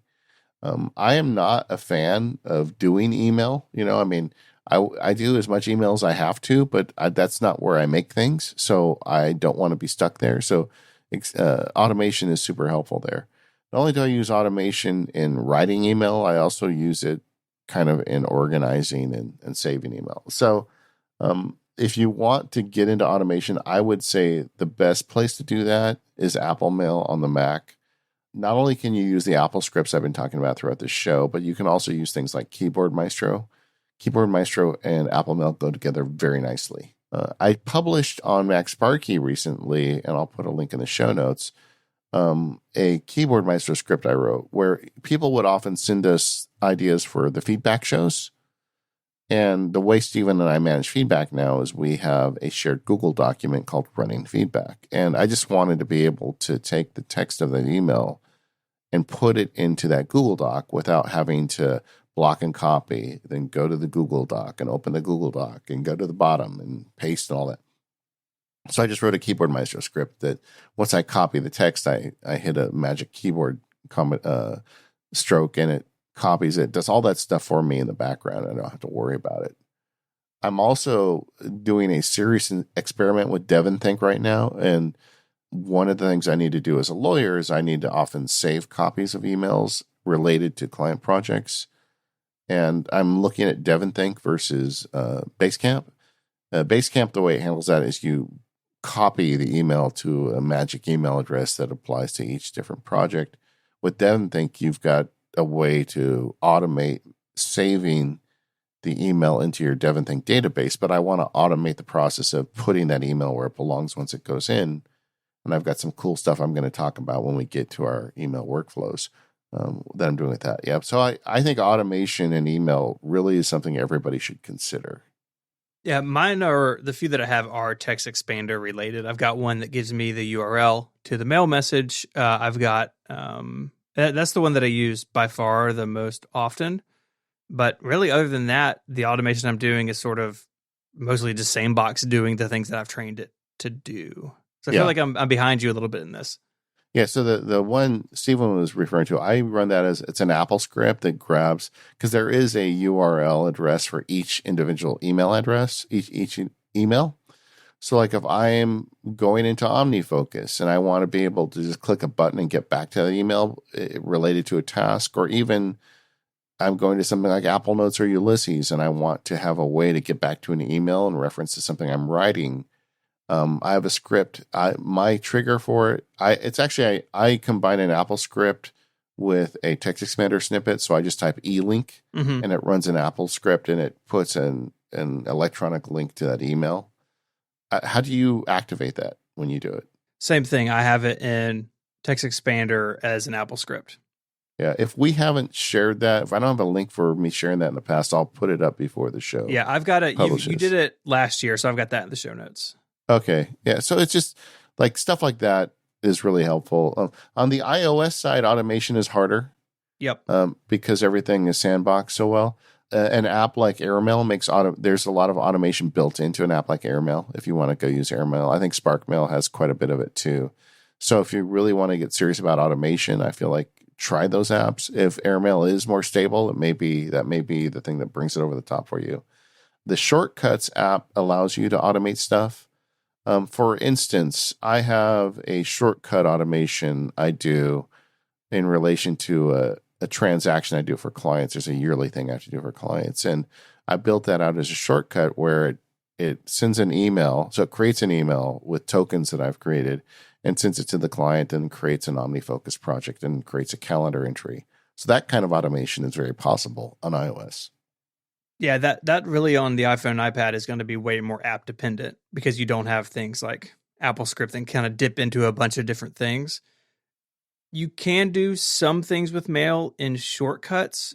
For a while, I had a couple of things that I could take something and email it to like a special email address to get it into, well, to be honestly, to get it into Remember the Milk when I was on that train.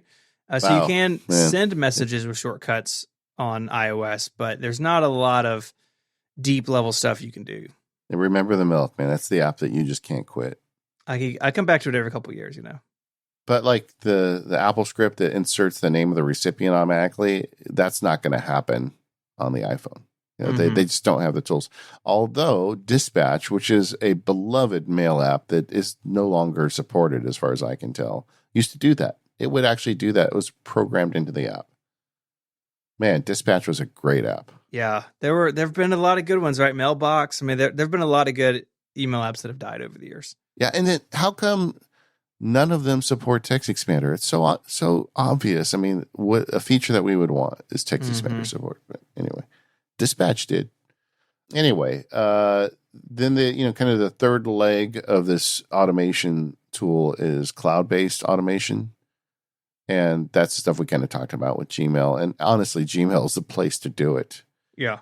I haven't mentioned my use of Apple Rules. I've just talked on the show about how great they are, but I've got a bunch of those too. Like, if emails come from certain people, it automatically files it for me. And I have a whole bunch of that stuff running. And since my iMac is on 24/7 and Mail is open, in fact, I have Mail just set to every time I log in, it just opens the app. It's pretty great having those Apple Mail rules in the background, but I would much prefer that being cloud-based. Yeah, agreed.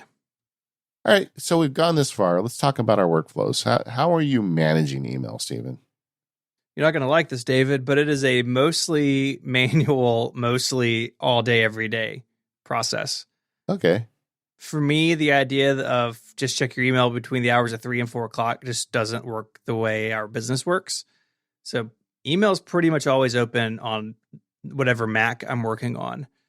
Now, I balance that a little bit with some notification stuff. So on my iOS devices, my iPad and phone, I rely on the VIP system. So if a non-VIP emails me, my phone, the badge number will increase, but it won't send me a notification to my lock screen unless it's one of those VIP people like you. Yeah, amen. I don't abuse it, right? No, I almost never great. email you. We email each other actually very little, which is great. I have enough email otherwise. But, so much of my email in particular at work is like customer support for things like the membership or stuff with our sales process, or it's stuff that generally, it doesn't necessarily always need a reaction within a couple of minutes, but it needs to be handled relatively quickly. So I just leave mail open on the Mac, and I'm fine sitting here and working for 2 hours if there's 3 or 4 unread emails, but I need to get back to them usually pretty quickly. Now, have you had much trouble? Because I talked earlier about how Gmail on Apple Mail can result in problems. I never asked you, has that given you headaches over the time? I mean, a little bit. I've kind of gotten used to force quitting mail on my on my iOS devices if it appears to get stuck. But almost all of my email is actually done on the Mac. I have all my email clients set up on my phone and iPad, but usually because an email becomes a bigger thing, right? Like, see why somebody's membership didn't renew or whatever it is, work on a spreadsheet. I generally do most of my email work on my Mac, and the Mac app has been fine with Gmail for several years now. Yeah, that makes sense. Anything else in your workflow? So yeah, I mean, I mentioned earlier, I use Gmail for personal stuff. I use G Suite for my work email. I use SaneBox, which again has been a sponsor, but I used them before then for snoozing, which I very rarely snooze stuff. Usually it's stuff over the weekend that I just don't want to see until Monday. I'll just be like dragging in there. Yeah. Remind me on Monday of this. But Sane Later and Sane Black Hole are lifesavers for me. Being able to sort out my inbox and have things I never want to see again go into the black hole is lovely when your email addresses have been sold to countless PR firms, it seems like. And lastly, for me, flags are something that I kind of view them as like if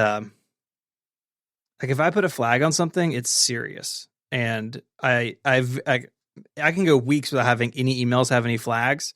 But a flag in particular is I'm on my phone. I see something. I know when I sit down at my computer, I need to look at this. And that's where flags come in handy. And often I'll mark that message unread even. So it really stands out. But a flag is a huge deal for me.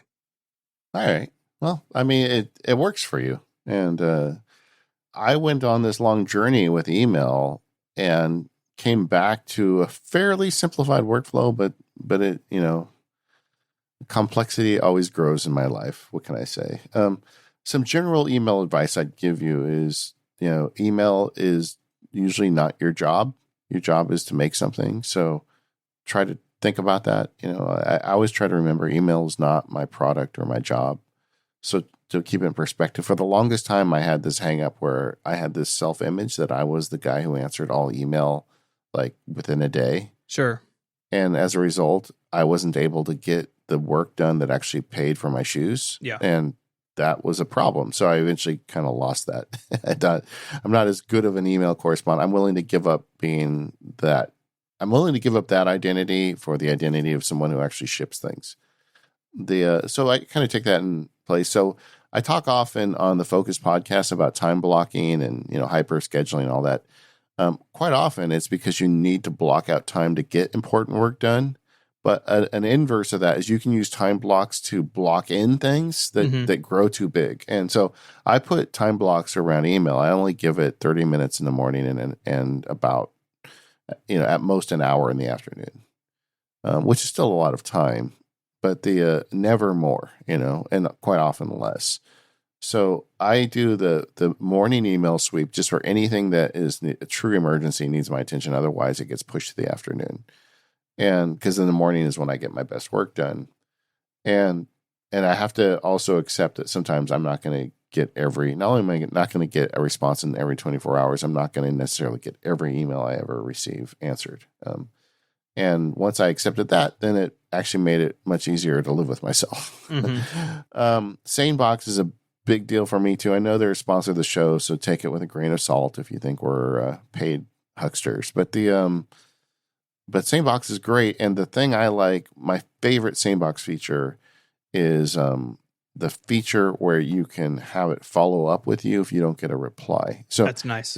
There's a common problem I have as a lawyer and also as a nerd when I send an email to somebody that I need to get a response from. And for a long time, I was tracking those in OmniFocus. Sure. I'd send it, say, a task a week from today, check back with Stephen on this email. But if Stephen had replied to me, then I had to... It was just a pain in the neck. It wasn't a very efficient workflow, and it took a lot of time to set up. Where SaneBox, you can blind copy it to 1 week at sanebox.com or April 20 at sanebox.com or 2 hours even. And it just figures it out for you. And if the person you wrote back to doesn't reply by that time, then you get a reminder. And if they do reply, you never see the reminder, which is kind of a killer feature for me. All right. That being said, what's the workflow? I'm using Apple Mail. I'm very tempted to give AirMail another try here in Rose, but for the time being, I'm using Apple Mail. And one of the things I learned from those journeys into the wild of trying these third-party apps is the thing I was always going for with that would be to have the same workflow on my iPad that I had on my Mac. That to be able to process any email on my iPad the exact same way I can process them on my Mac. Because using Apple scripts and a bunch of Keyboard Maestro and other automation stuff I am remarkably fast at dealing with email on my Mac. And I just wanted to have that experience on the iPad. And the moment of clarity to me, Stephen, was when I thought, hey, what if I accepted that I'm just not going to be as efficient with email on the iPad? Sure. What if I realize that I am one of the fortunate people that can have an iPad and a Mac, and I spend time at both every day? So why am I spending all these cycles trying to match features on the iPad when maybe it's just not up to it? There isn't that magic app out there that's going to give me the same superpowers. So instead, what if I just treated the iPad truly as an email on the iPad as a triage thing for me?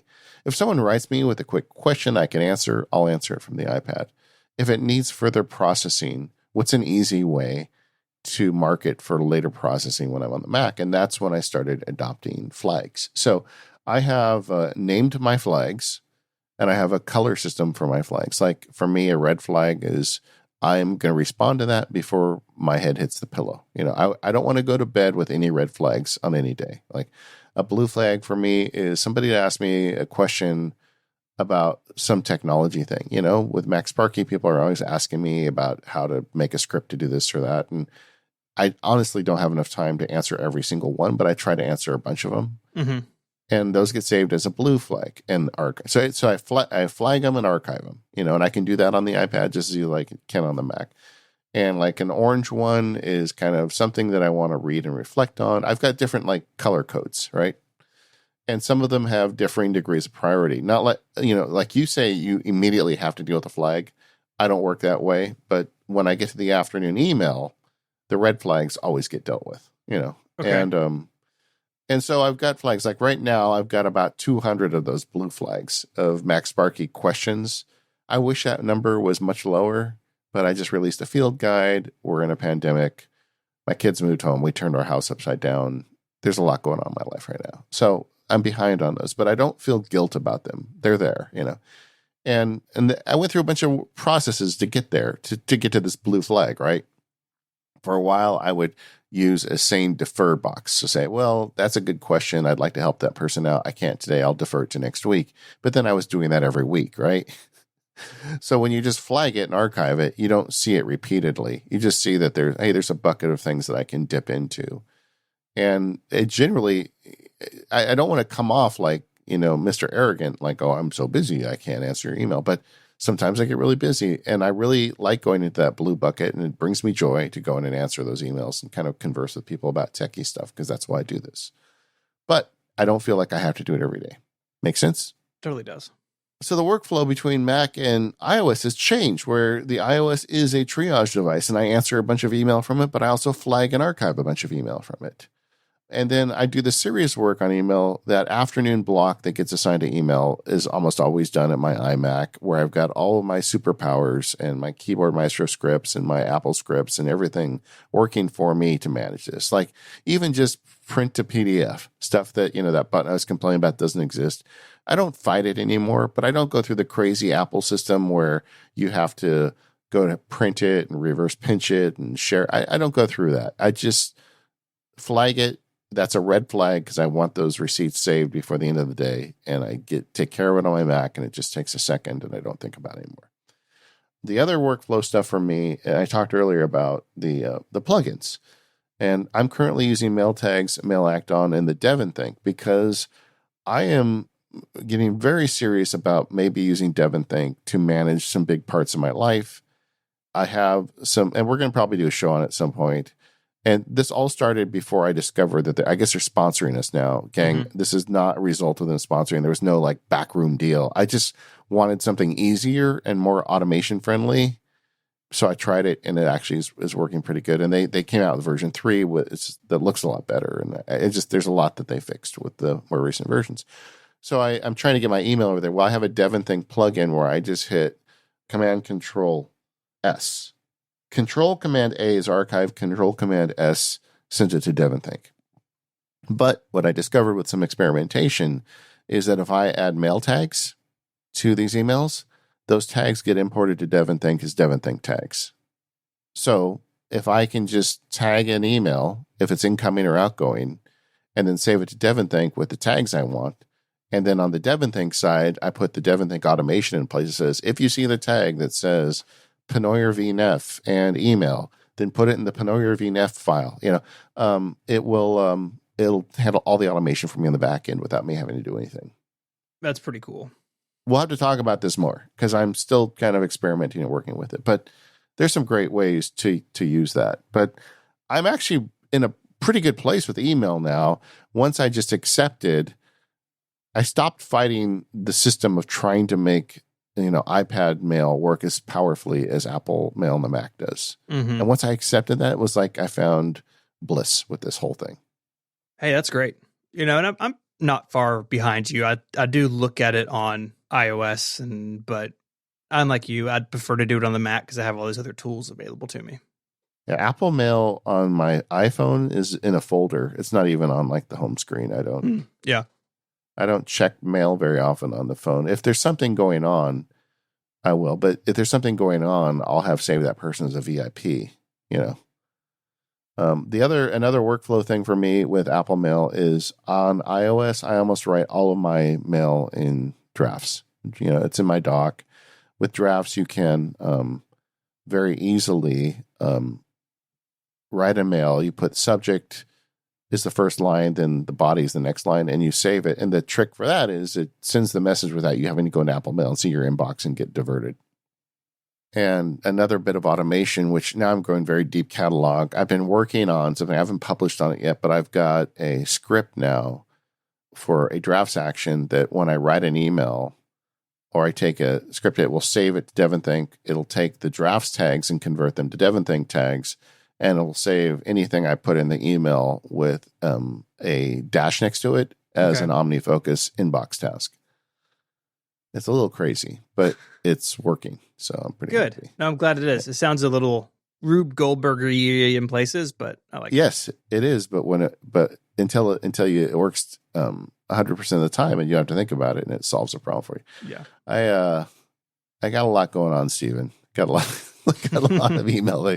Can you tell? I put too much effort into email because I don't want to deal with it. So that's what's happening here. This episode of Mac Power Users is brought to you by our sponsor, Squarespace. Make your next move with Squarespace. It is the easiest way to create a website. It doesn't matter what that website needs. If you think about an online store or a portfolio or a blog or hosting a podcast, whatever it is, Squarespace has got you covered.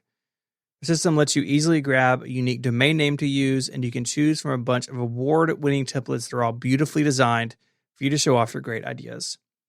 The best part is there's nothing to install. You don't have to worry about server patches or upgrades in the middle of the night. Squarespace has it all covered, and they have award-winning 24/7 customer support to back it all up. I've used Squarespace over the years for a bunch of projects for people. I just finished a site for a food mission here in Memphis, building on Squarespace. Guys, their old website was so bad. It had last been touched in 2009. It wasn't responsive, and with really not that much work, got them something that looks modern, works great on iPhones and iPads, built a donation thing for them all within Squarespace, and they're really happy with it. Squarespace plans start just $12 a month, but you can start a trial with no credit card required by going to squarespace.com/MPU. When you decide to sign up, use the offer code MPU, and you will get 10% off that first purchase. It's awesome. Once again, squarespace.com/MPU and the code MPU to get 10% off your first purchase. We thank Squarespace for their support of the show and all of Relay FM. Squarespace, make your next move, make your next website. So the next segment of our outline is entitled The Dark Side of Email. I think I was a little dramatic with that, but there are some things going on with email that I think listeners need to be aware of, and we thought we'd spend a little bit of time talking about those. And for me, by far, the one thing people really need to not only be aware of, but they need to spread the word with their non-nerd family members is this rise of phishing email. And phishing spelled with a PH. If you look it up on the internet, there's lots of advice about it on the internet. I think I'm going to do a post on it to MaxBarkey hopefully before the show publishes. But phishing email is where you get an email that sounds like it's from your bank or from Apple or somebody that would legitimately have an interest in your credit card number, your finances. And they just want you to click the little button to confirm something and type in your account details or give them your credit card. And then you've just given your data to the bad guys. Yeah, don't do that. It can be really tricky to suss these things out, right? Yeah, I mean, it's so much more sophisticated in the last 2 years than it was. I mean, a couple of years ago, it was like a joke. It was like a really bad image. It would say, like, one of the tricks I used to tell people is if it doesn't have your name on it, if it says dear customer or dear valued customer or dear client, whatever, then you know it's phishing. But now phishing emails, some of them figure out your name. So you can't rely on that. Some of them look very realistic. I almost got caught in one. I guess I didn't really get caught in it, but just for a second, I got an email from Apple. It was from the iTunes store saying somebody signed up for like $100 a month YouTube service. Mm-hmm.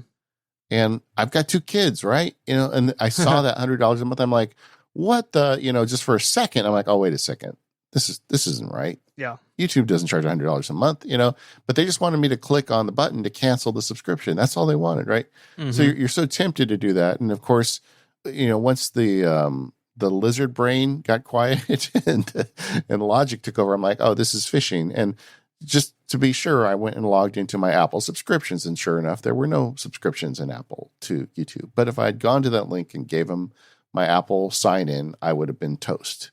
And I make a podcast about this. I wrote a book called The Email Field Guide, and just for an instant, I was almost trapped. So I feel like this is something that is very serious now, and people need to be hyper vigilant about it. And I think the way you did it was you went and looked at the actual account. You didn't follow any links. You didn't click on anything. You said, hey, let me go to Apple directly, bypass this whole email and see what's going on. Because chances are, if an account needs your attention, then you will have a notice of some sort over in that account, right? So if your bank needs something, you can call them or log into your bank account. Again, not clicking on the email, but going directly to their website in the browser. And if it's something important, they will, it'll be there waiting for you, right? And that's really where people get tripped up is, oh, I can click on this link, and then if it feels fishy, I can back off. Like, you've already clicked the link. Like, you're already one step down the path you don't need to be down. You are already in trouble. Mm-hmm. I mean, just treat like if you met in the age of COVID, if somebody coughed on their hand and offered it to you to shake your hand, that's how you should treat the links in those emails. Yep. I mean, they're toxic. Stay away from them. Even if it looks entirely legitimate, you should always go to the source. If you're with Bank of America and you get an email that looks like it's from Bank of America, do not click anything in that email. Go to Bank of America, log into your account, and see what's going on. Or like Steven said, pick up the phone. It's okay. Mm-hmm. I don't believe in any of these emails that come from accounts, so much so that I once had an account suspended because I didn't believe it. But I would rather do that than click on one of these. And I look at how much better they are. And you read about these there's companies in parts of the world now that are formed to steal money from people, where they have employees that come in and presumably have health insurance plans, and they come up with scams to rip you off through email. I think this is something that so many people are getting trapped in. And if you're listening to Mac Power users, I suspect you're already ahead of the game. But I also know that there's a bunch of people in your family who have no idea that this is even a risk. Not if you talk to any friends or family about this episode. Talk to them about phishing. And I'll put a link to my blog post about this in the show notes. Share the link. I mean, it's just, I think this is something that people are going to increasingly get caught in. I think so too. One of the things to remember is, legitimate banks never write you an email and ask you to click a button in the email to log into your account. That is just not what they do. It doesn't work that way. And neither does Apple or Amazon or PayPal or any of these other people that are legitimate. So look at those emails as something you need to look into, but never click in them. That's right. It's so frustrating because I spend so much time confirming that they're spam.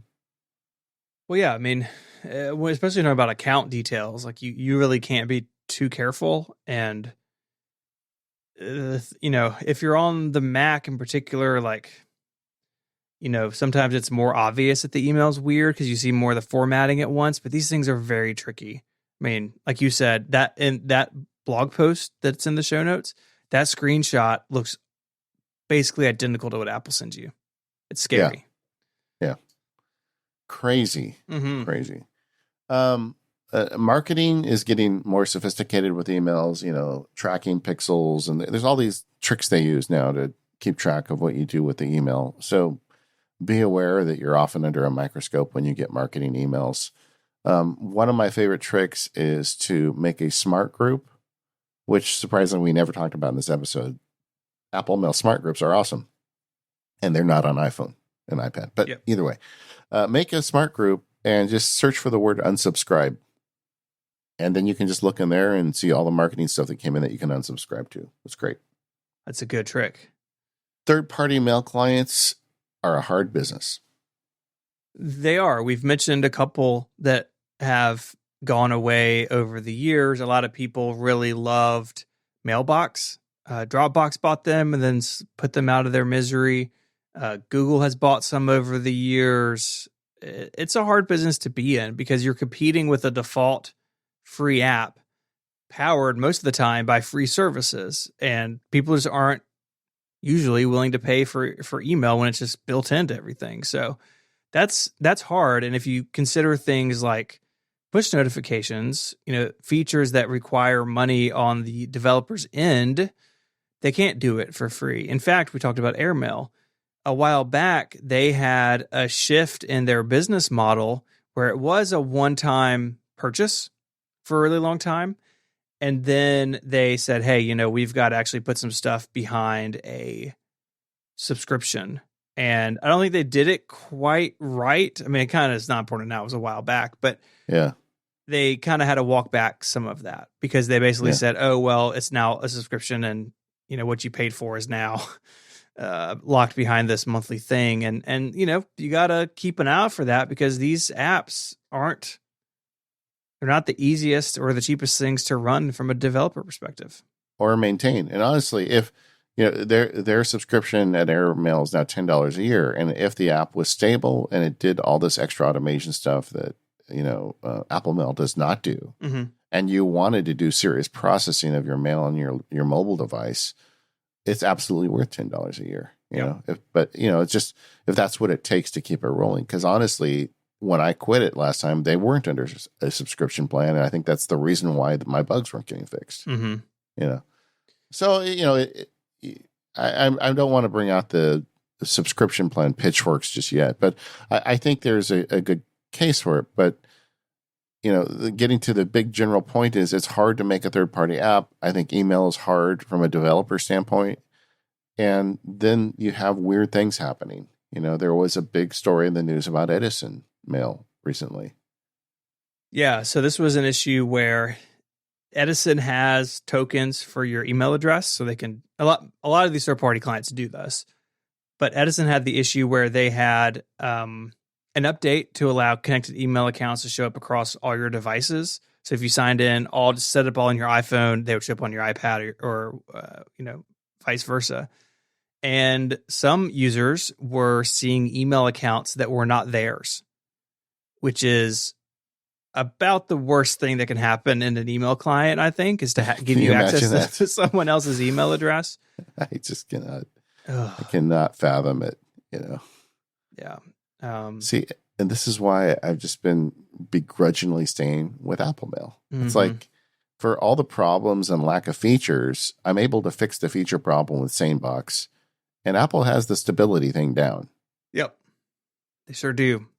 I really, I think I'm talking myself out of trying AirMail again because, it's like, I just have to accept I'm not going to get as much work done with email on an iOS device. But what's wrong with that? It's not the end of the world. Yeah. I mean, even in prepping for this, I downloaded a bunch of these and played with them, but I don't have any real desire to move off of Apple Mail. It does what I need it to do, and it doesn't have a bunch of features that I either don't necessarily need or would kind of get in the way. Well, I can tell you that a lot of our listeners are braver than you and I, because I've been reading the forum threads, and they're using AirMail, SparkMail. We didn't even mention today MailMate, which is like an amazing Mac mail application. We have a bunch of feedback on this, but next week is our feedback show. So we're going to keep the feedback for next week because we've already run long. And I apologize for the show being long because last week we ran long too. But, mail is a big topic, takes a lot of time to cover. And last week we were just having too much fun with James. But we'll get the show length down to normal length again. But there's a bunch of feedback on this. I don't know that I'm not going to have AirMail installed next week because I'm reading all these forum comment threads. Rose is going to get on the phone with me and tell me how great it is. You guys, you know what's going to happen, right? Mm-hmm. You know what's going to happen. But for now, I'm kind of happy with the way my email workflow is going. The biggest tip I would say to share from my perspective is put a box around email. Try and limit it. I know that's not possible for everybody, but if it is possible for you, that helps.